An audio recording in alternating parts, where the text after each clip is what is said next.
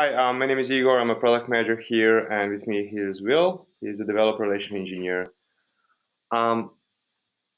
So this is great timing. We just finished our annual conference in San Francisco where we announced public beta of our new release 3.1. It was a great conference with more than 1,000 attendees, 45 sessions, and 50 or more speakers. I highly recommend you check it out and join us next year. There will be recordings from most of the sessions posted on graphconnect.com in coming days. So you can see the link there on top. So the agenda for today, we're going to do a quick recap of our 3.0 release. I'm going to do an overview of 3.1, and then Will is going to take us in a deep dive and demo on cool new features in 3.1, like clustering architecture, security framework, and Cypher. So let's dive into the 3.0. So 3.0 is a release we did in April 2016. It was 6 months ago, and the theme was developing applications faster and easier. As you may recall, we introduced a new binary protocol called Bolt.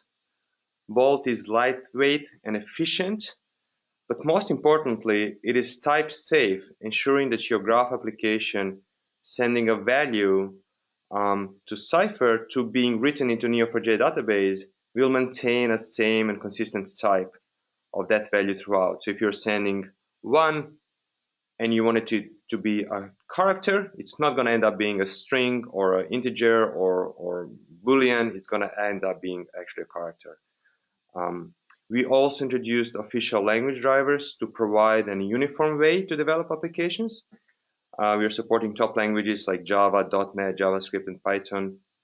And finally, we introduced a Java store procedures, the ability to deploy a custom written programs executed on a server side for high performance, high flexibility access to Neo4j. This is our equivalent of Swiss Army knife.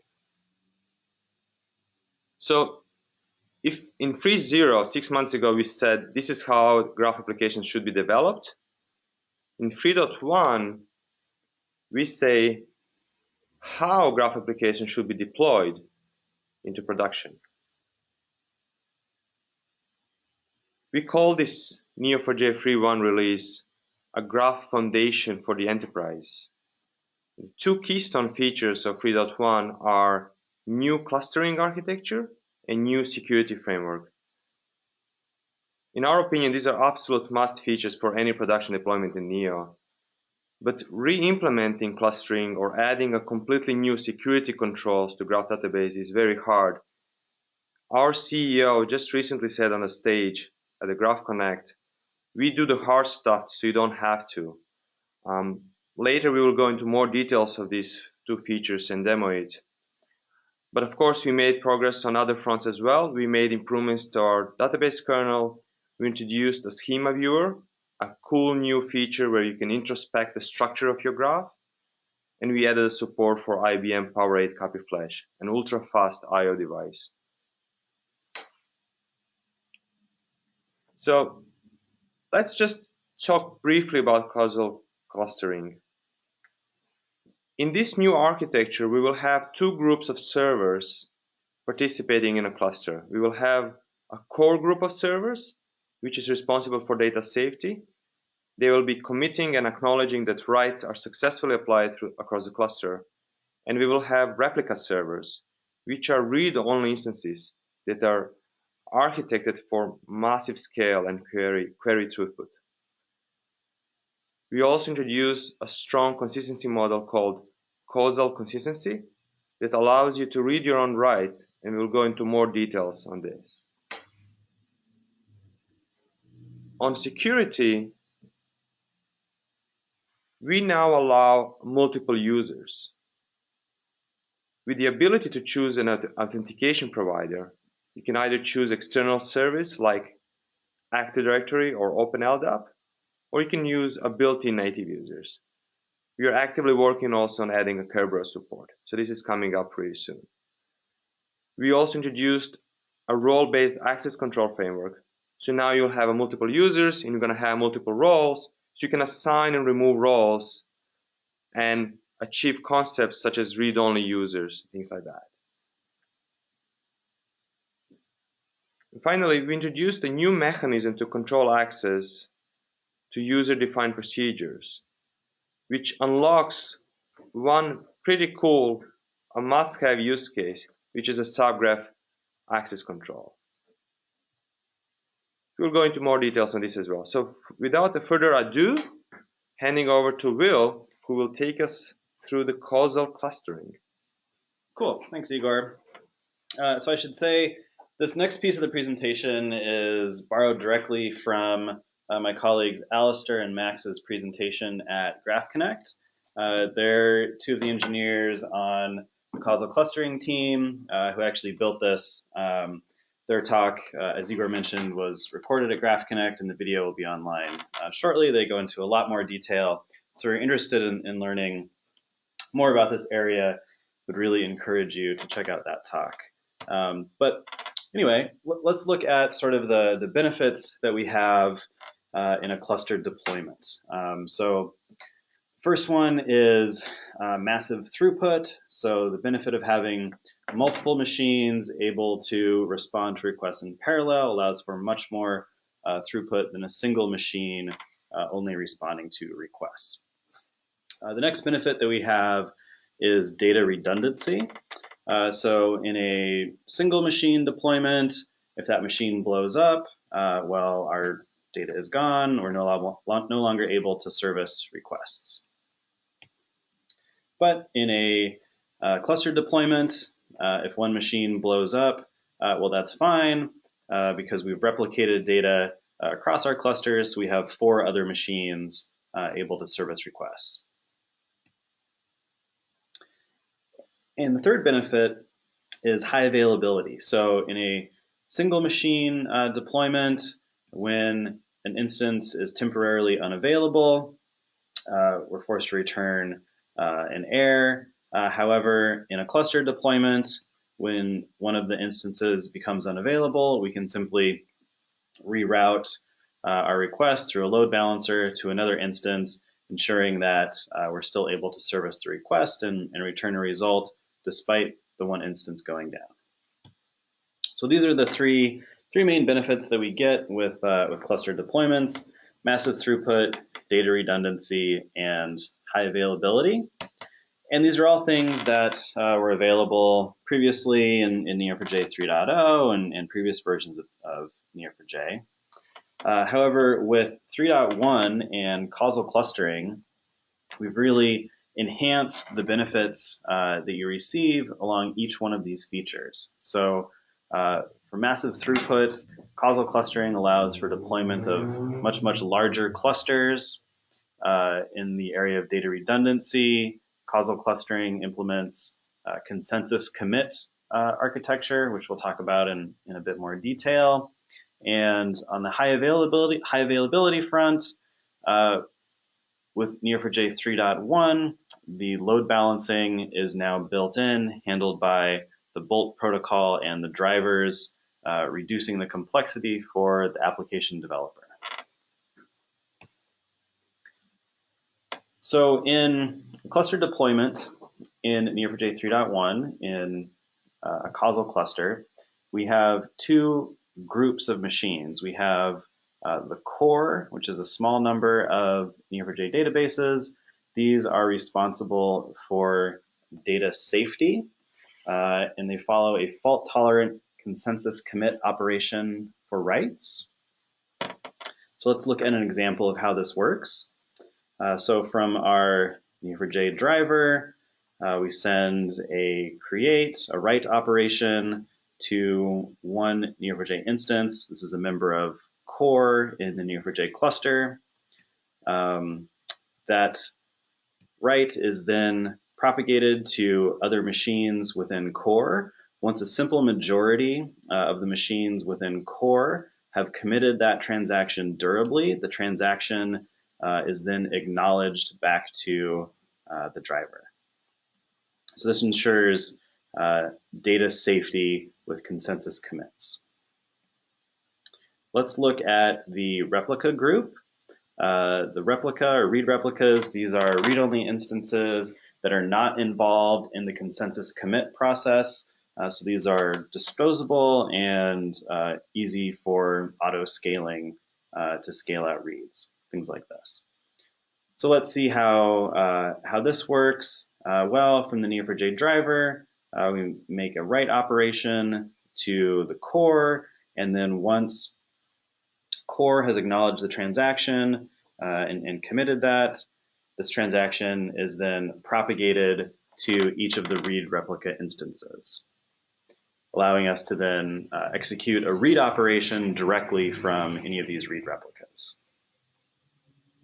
So if we think about this, the core instances are responsible for updating the graph, while the replica instances are responsible for queries, things like analysis and reporting. So let's look at a quick demo here. So I've just followed these steps. This is a link to the Neo4j manual. So let's take a look at this. This describes how to set up a local causal cluster.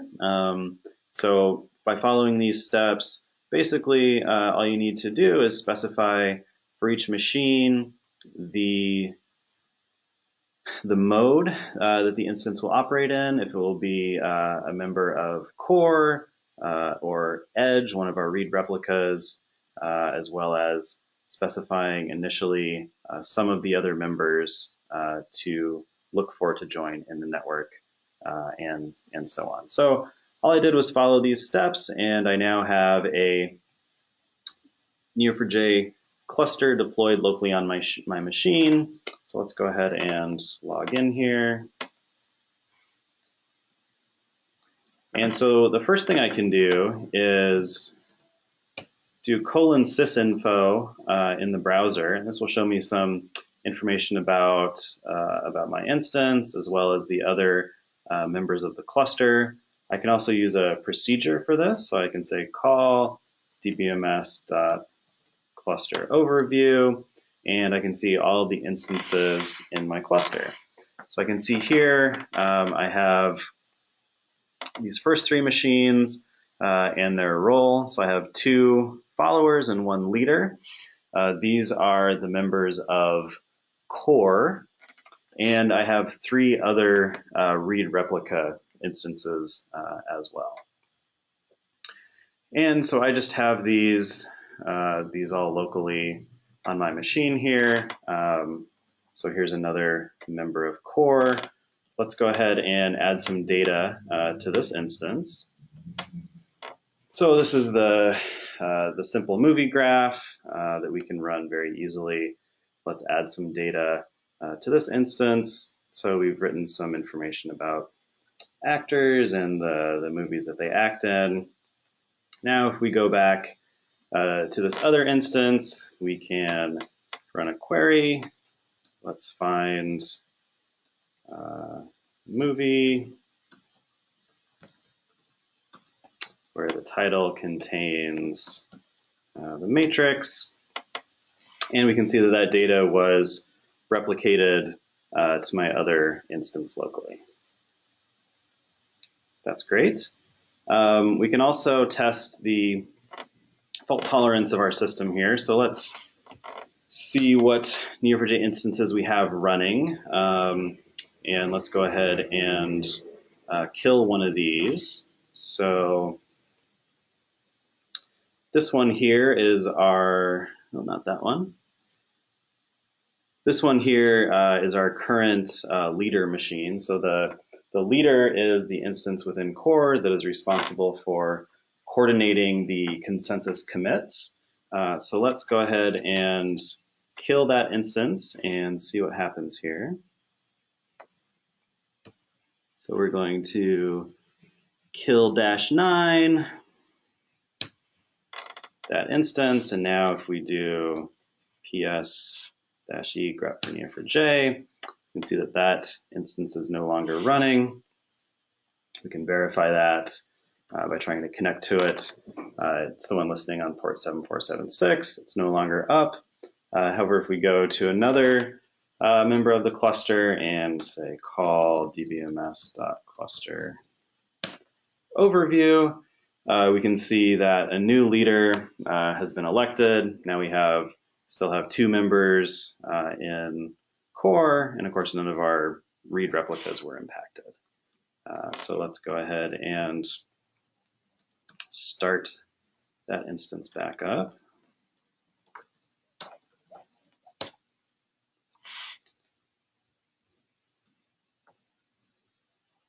Great.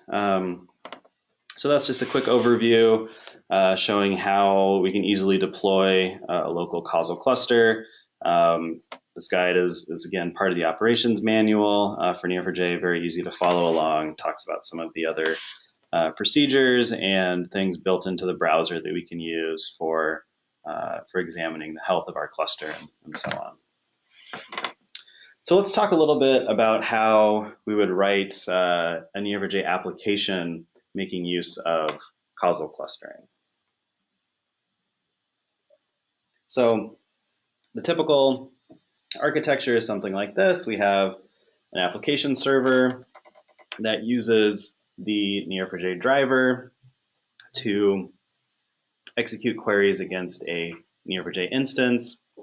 The driver makes use of the Bolt protocol, which is this efficient, secure protocol for sending data back and forth to Neo4j that Igor talked about, we released in Neo4j 3.0.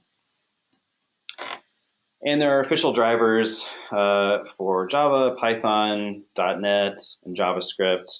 There are also some other community drivers that implement the Bolt protocol as well in languages such as Elixir, PHP. The best resource for finding these drivers and what's available are on the developer guides section of our website.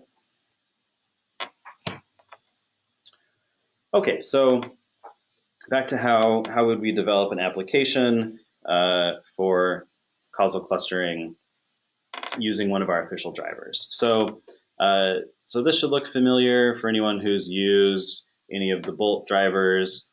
We instantiate a graph database driver instance by specifying a connection string over the Bolt protocol, and we specify a server that we want to connect to. Well, with 3.1, we've added an addition to the Bolt protocol to specify that we'd like routing as well. This is a hint for the driver that we'll be using a causal cluster, and we'd like to be able to route our requests appropriately through the cluster. So in addition to specifying the Bolt plus routing hint, the server that we specify is just one instance of core.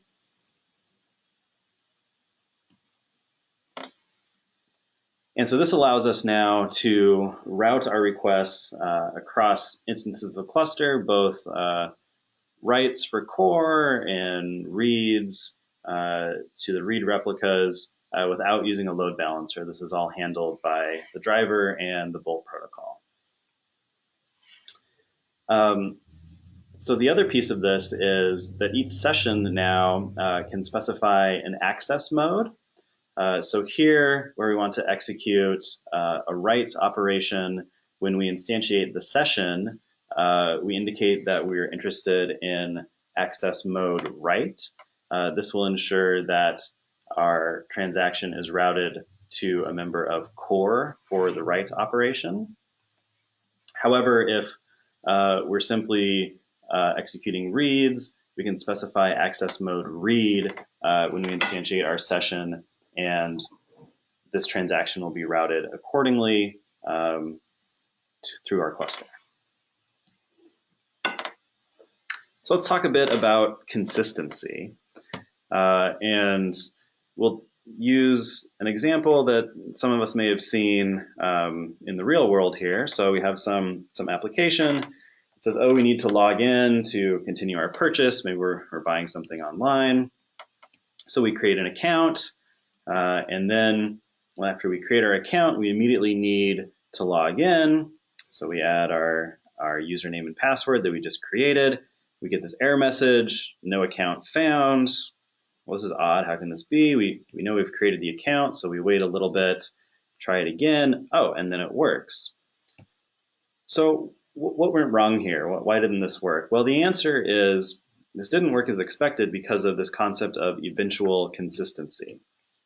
So Jim here creates his account. The application server sends a create statement to one of the members of the cluster. That write operation commits on that instance, adding Jim's account. Then the transaction is acknowledged. Now Jim immediately tries to log in, but this time he ends up connecting to a different application server that sends now a read request to a different member of the cluster. However, the data, the creation of Jim's account has not been replicated to this member of the cluster yet, resulting in no account found, resulting in the error. This is eventual consistency. So with Neo4j 3.1, we've improved upon eventual consistency by implementing what's called causal consistency, and we do this through the use of a bookmark. So a bookmark is a session token. This represents the state of the database. Let's take a look at how we would do this account creation and log in again, but this time we'll use causal consistency instead of eventual consistency. So Jim creates his account.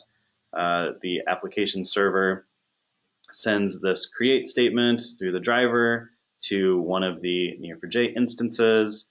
That instance creates the account node and sends back a bookmark. That bookmark then goes back to the client, and in the next request, this time again through a different application server to a different Neo4j instance, passes along that bookmark and says to the server, okay, this is the state of the database that I would like to have before you do my lookup to find the account. Well, the database says, I don't have that state yet, so we'll wait until we have that transaction.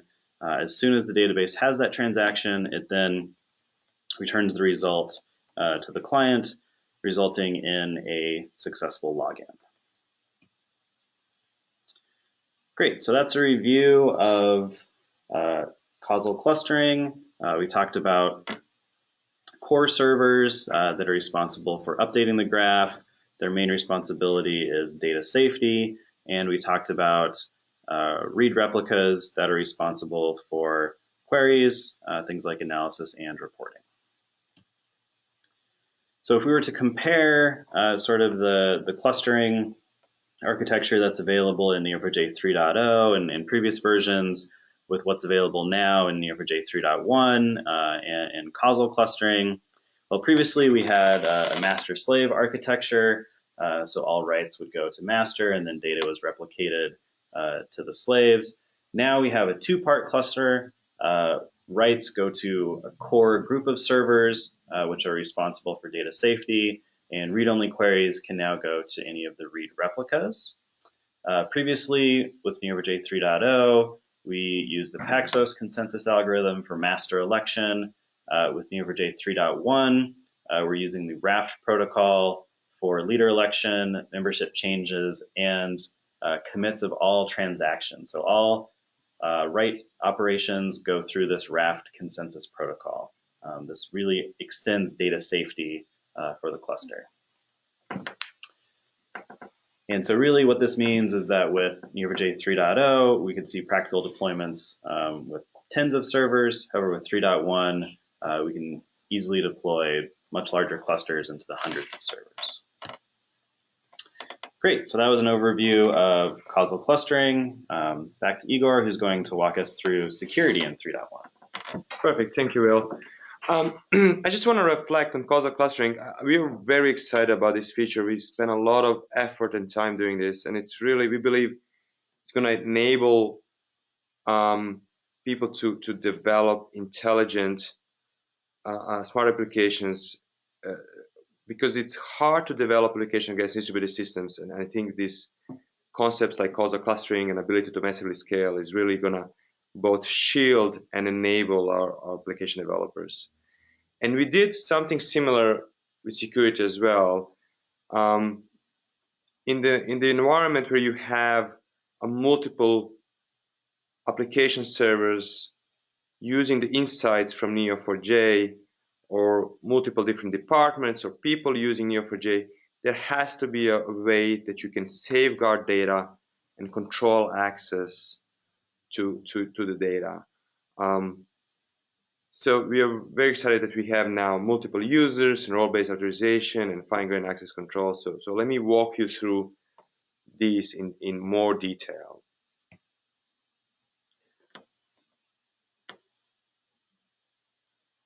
So as I mentioned before, we built in a native user repository for 3.1, and it has some cool features like ability to create a user, delete a user, suspend the user.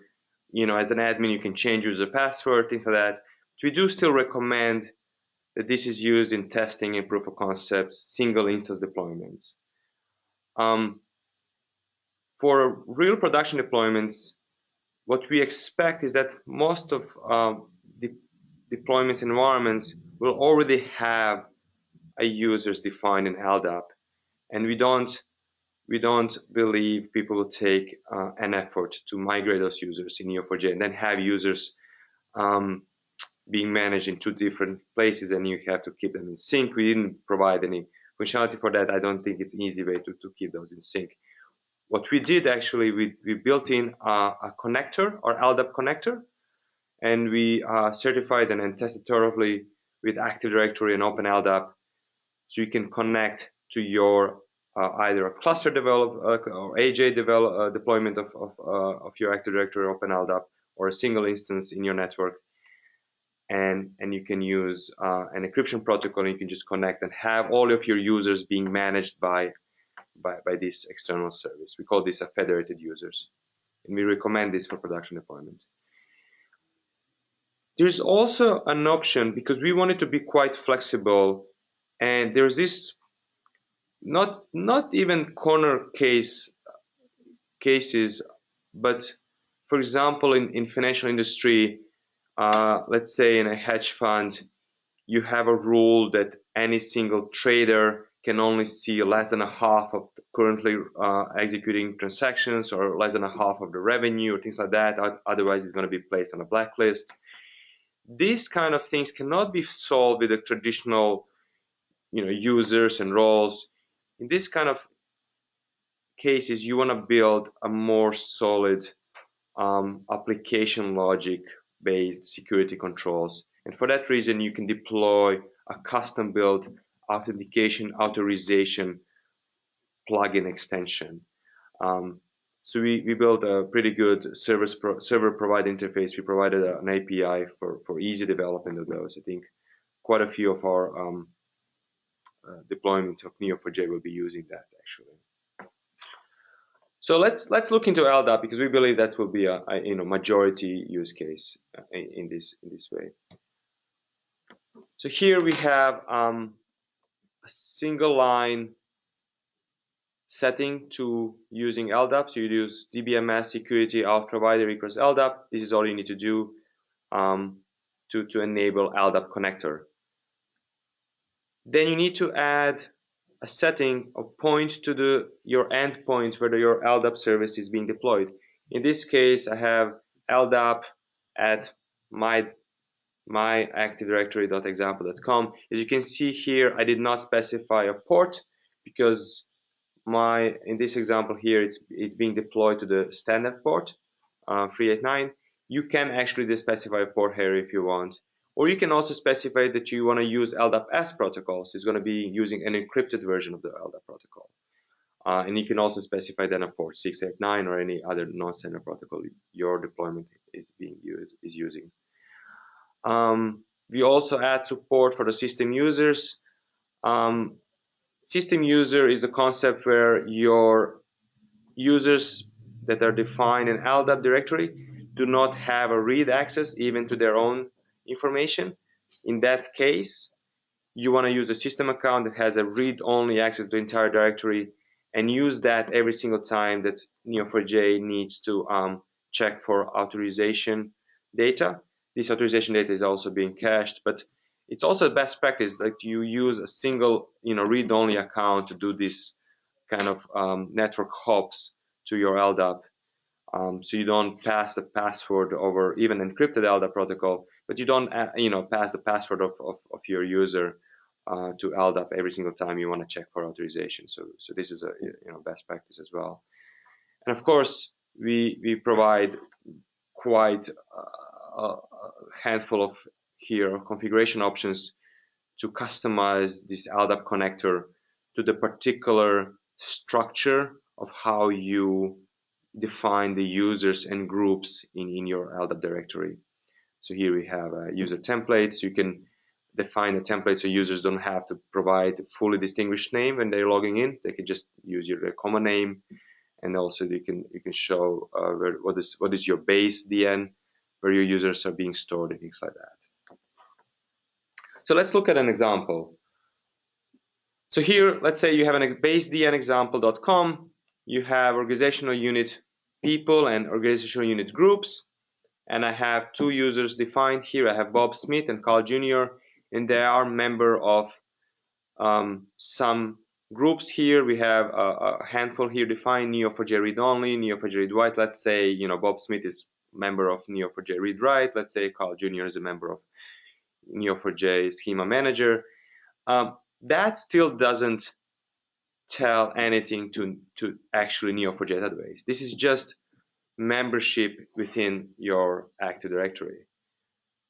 What you need to do is to map those to Neo4j permissions. And you do that by setting a config line in a neo4j.conf by using group to role mapping. Here we can see how Neo4j read only is mapped to a role called reader, and we can see here Neo4j schema manager is mapped to the role architect. So you now may wonder, what is the reader, publisher, architect, and admin roles? So let's look into that. So in 3.1, we introduce 4 predefined database built-in roles. Reader, as name suggests, has the ability to only read their own data. It has a graph-wide access to reading the data and executing any procedure that is only reading data. Publisher has read and write access. Architect has also ability to manage index and constraints.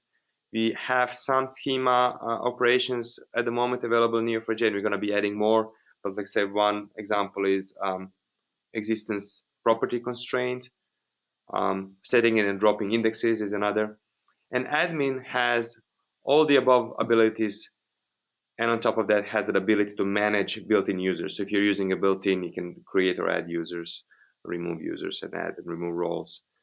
We also are releasing ability to terminate queries. We'll see if you have time to demo that, but admin has ability to terminate other people's queries, while each of the roles, if not admin, have ability to terminate their own query. Using role-based authorization is a pretty standard way to manage permissions in databases, so we went that way. Cool. Yeah, so let's take a look at native user management in the Neo4j browser. So if we go back to Neo4j, let's take a look at our cluster.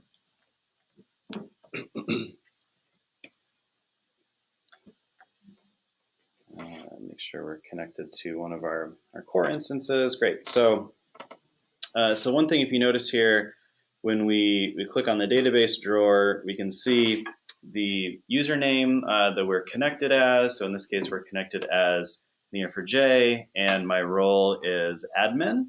And we also can click here to list users. So this is just the : server user list command.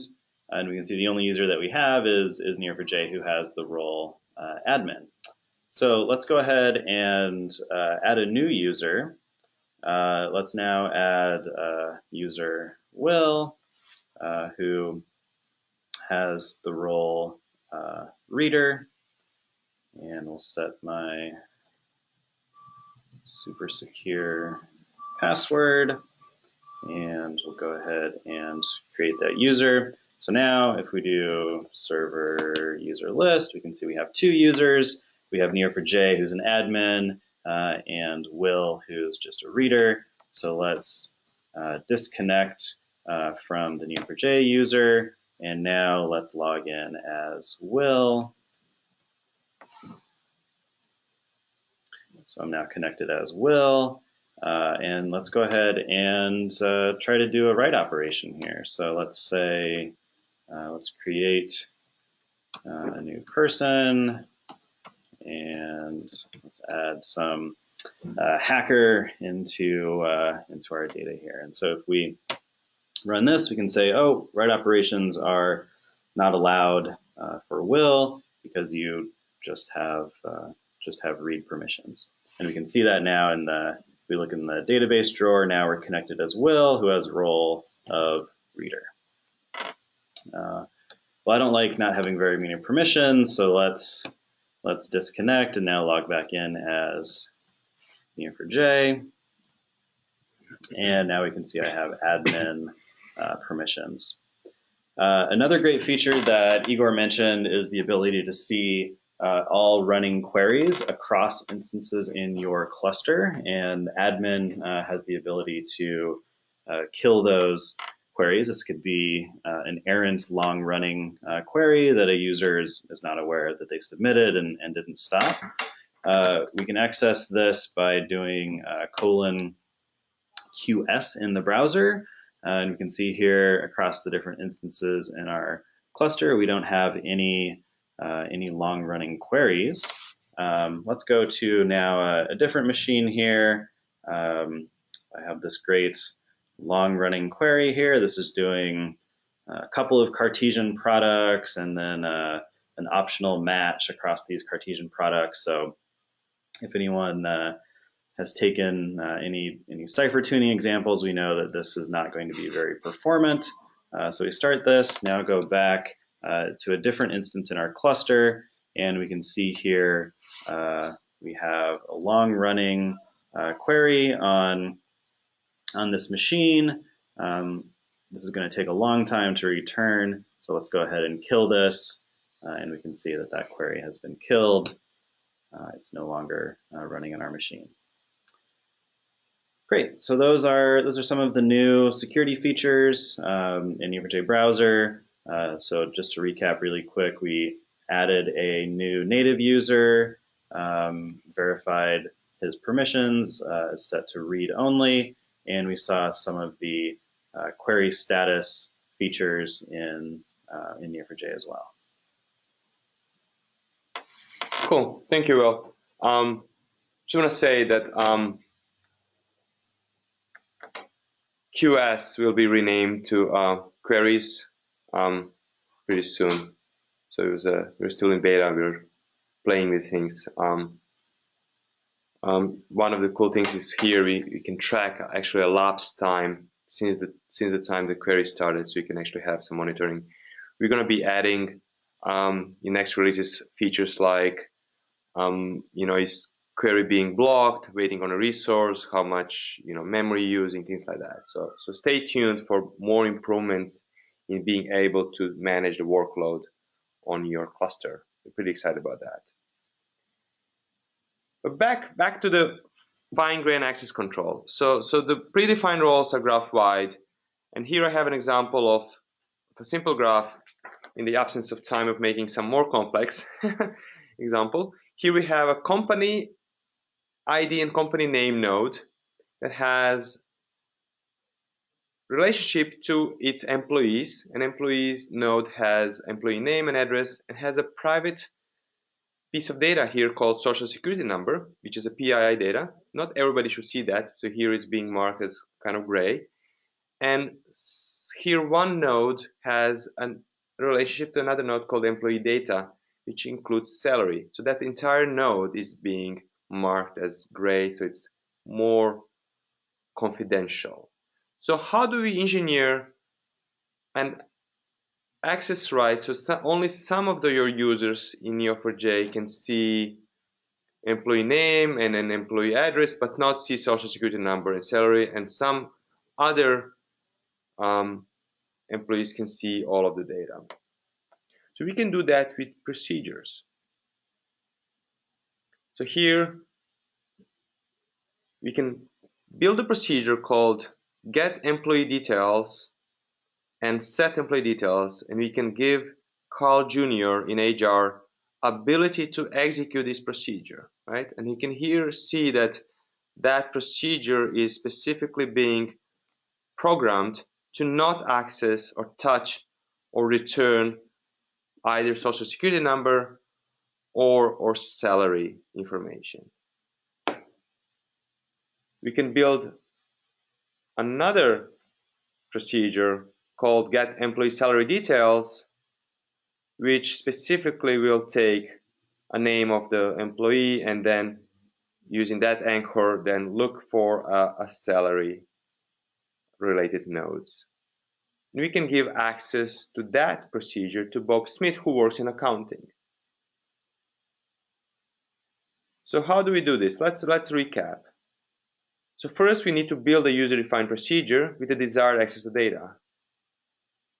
Then we need to define a role that you want to be allowed to execute this procedure. And we use a Java annotation here called allowed, and then equals, and you can put one or many roles. Then you can deploy this procedure to Neo4j. You have to deploy it to every single instance in your cluster. And then if you're using native users, you create a custom role called accounting. You call dbms security create role accounting, and then you add this role to the user Bob Smith.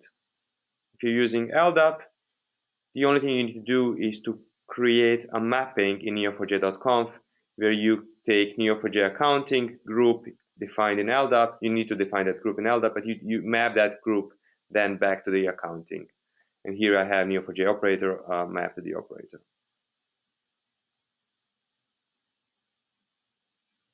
So to recap, Neo4j Enterprise Edition 3.1 really raises the bar for safeguarding data and meeting compliance requirements. We have multiple users with Active Directory and LDAP support. We have role-based authorization. We have ability to list and terminate running queries. We have enhanced logging. I didn't talk about that. And we have a fine-grained based access control. So back to Will. Great. So let's talk about some of the improvements to Cypher and some of the ways that we use Cypher in Neo4j 3.1. So as I'm sure many of you are aware, Cypher has been open sourced last year as part of the Open Cypher project. So in addition to projects such as graph frames and Spark starting to adopt Cypher, we've seen a number of community projects also implement Open Cypher, things from other graph databases to in-memory processing engines. These are all listed on the opencypher.org site, which has lots of information for vendors looking for information to implement Open Cypher, such as a technology compliance kit, the grammar specification, and so on. But there's another really important piece of Open Cypher that I'm really excited about, and this is the concept of the Cypher improvement proposal. So these are suggestions for ways to enhance Cypher that anyone can submit.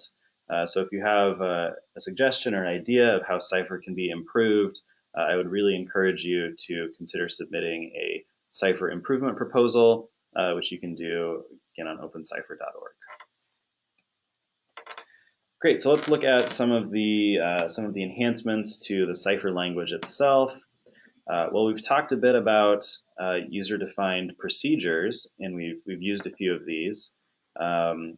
I'm sure many of you are familiar with the APOC project, or the library of awesome procedures on Cypher that allow us to do things like generate a UUID, format a timestamp, and lots of other complex things like connect to other databases for importing data, graph algorithms, all these types of things. So these are all examples of user-defined procedures.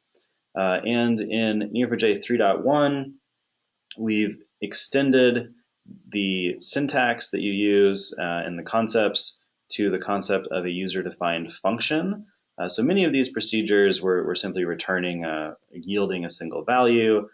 So for these, instead can be implemented as a user-defined function, which in this example you can see we're able to generate our UUID and format our timestamp all inline as we're setting properties. So this simplifies the syntax for working with procedures that return a single value. Instead, they're implemented as functions. This is a big improvement. Also, there have been a couple of features added to Neo4j 3.1, Cypher and Neo4j 3.1, borrowed from GraphQL. So these are things like map projections. My colleague Michael wrote a great blog post that talks about using map projections and pattern comprehensions, two features inspired from GraphQL that have been added to Cypher. So I'd really encourage you to read that blog post if you're familiar with GraphQL and want to see how we're applying some of those features in Cypher. Another great enhancement, this comes to the browser, is the ability to specify Cypher parameters in Neo4j Browser. Also note here that the syntax for specifying a parameter has changed just a little bit. Previously, parameters were specified within curly braces, although here you can see we're using this $variable syntax to specify a parameter in the browser. And in addition to running queries in the browser, we've introduced a new command line interface called Cypher Shell. Cypher Shell is intended to replace Neo4j Shell, which previously shipped with Neo4j. Cypher Shell, however, is a big improvement. It uses Bolt, which is more secure, and has many of the same features. So Cypher Shell, again, uses the same syntax for specifying parameters, which is the example we're showing here. Also, in Neo4j 3.1, introduces the ability to import and dump databases as part of the Neo4j admin tool. The command line Neo4j import functionality has also been added into Neo4j admin as well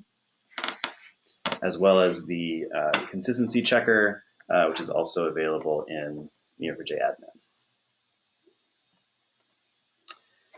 So great, these are the main features of Neo4j 3.1 that we've talked about. There's also quite a bit more that we didn't have a chance to touch on. Neo4j 3.1, as Igor said, is currently available in beta. Anyone can download this now at neo4j.com/download. The documentation are available also on our doc site, both the operations manual, which talks about deploying Neo4j, and the developer manual, which is more guided for the person building an application that uses Neo4j. So we'd really encourage you to download the beta. Please send us feedback as you have a chance to explore it. GA for Neo4j 3.1 is expected sometime in December, later this year.